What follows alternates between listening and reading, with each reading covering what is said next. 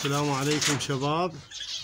متاح محمية جاوة بلبلي وأبيض تقريبا 20 زوج. الطيور كلها منتجة، شرط الإنتاج. تجي تصعد بنفسك وتشوف. حاليا طيور جواها بيض. اكو بيت او بيتين هسه عندهن افراخ، بس عندي فيديوهات سابقة الهن طيور كلها منتجة، يعني تشوف توثيق قدام العين. هذني بس بلبلي وابيض. والمحمية هاي اللي بصفها ثانية هسه صورتكم اياها بيها بلبلي والمنيوم، بس البلبلي مالتهن يذب الومنيوم ويذب عسل، يذب عندي زين. وماخذهن من جناي معروف، ماخذهن من اخوي ابو مرتضى.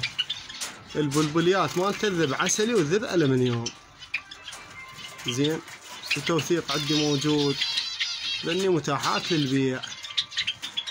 هذا ان الطيور قدام العين، وطيور راقدات وحلوات. والحلو بيهن تفتح البيت مالتهن، تشيل الافراخ تقلب وتباوع، ما لها علاقه الطيور.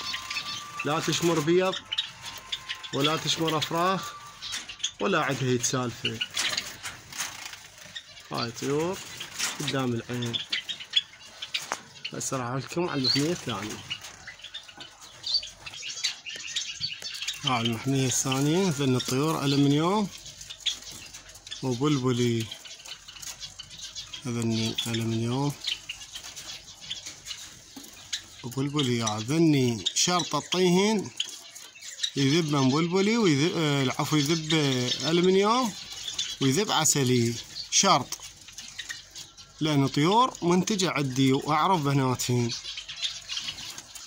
أنا عازلهن. هذا السبب. ذن طيور أبو مرتضى. الطيور ذبت عندي الومنيوم وذبت عندي عسلي، شرط الإنتاج الطي. يعني إذا طلع لك بالعش يطلع لك يجوز 2 بلبليات والباقي الومنيوم وعسل. وفضل من الله الطيور منتجة وجاي تبيض وخير من الله، كل عيب ما بيها.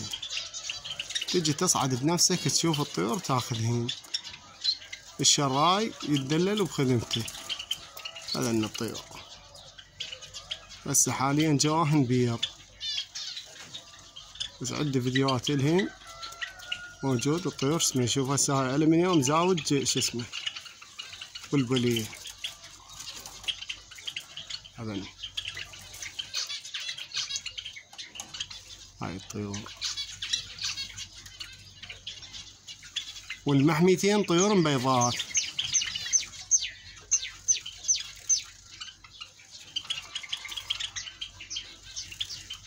لأن الطيور واضحة.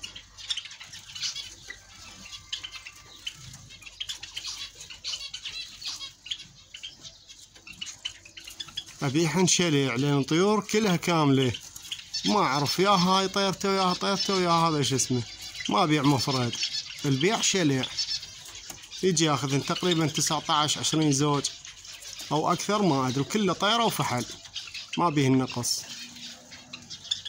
البيع مالتهن شليع الطيور.